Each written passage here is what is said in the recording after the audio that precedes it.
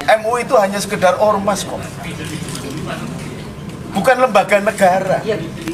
Lembaga negara justru Departemen Agama.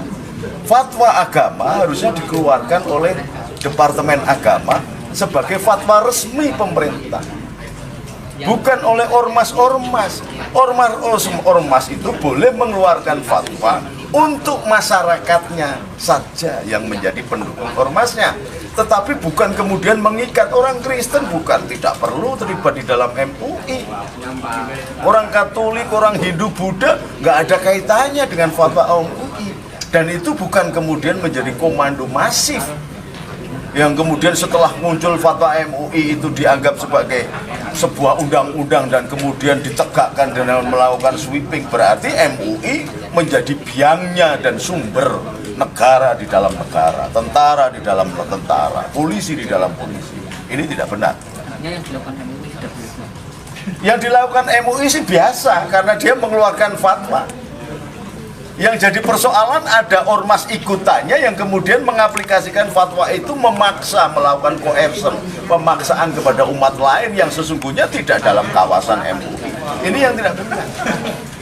Nah, kalau MUI menyetujui, berarti MUI memang sengaja membuka koridor untuk memunculkan tentara-tentara partikelir yang kemudian menjadi subsidiar, itu menjadi negara di dalam negara. Nah, MUI harus sadar itu, nggak boleh.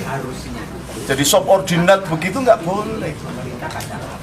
Maka harus wartawan harus tanya itu. MUI itu mengeluarkan gitu kemudian membiarkan ada pembela fatwa MUI itu, ada hubungannya nggak dengan MUI? Kalau ada, berarti MUI harus dicurigai bahwa dia akan melakukan makar dan menganggap pemerintahan ini tidak lumpuh, tidak mampu menata dengan hukum yang benar, sehingga diperlukan fatwa-fatwa MUI untuk menegakkan kehidupan berbangsa. Nah, kalau ini terjadi, berarti dia tidak loyal dengan pemerintah Indonesia. Kalau tidak loyal, itu sudah bisa dikenakan hukum bugot, memberontak, atau sekurang-kurangnya mendidik bangsa yang lain karena MUI memiliki kekuatan fatwa, dianggap sebagai pembenaran fatwanya para ulama, maka diikuti oleh orang-orang yang lain yang tidak mudeng agama, maka melahirkan satu gerakan yang anarkis yang membahayakan, dan MUI harus menyadari itu. Gus, apakah relevan kalau seandainya kemudian MUI dibubarkan saja?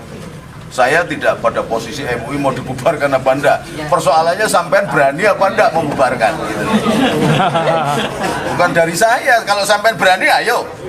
Kalau sampean cuma mancing-mancing saya tahu, saya ngurusi santri di wis bingung bangun masjid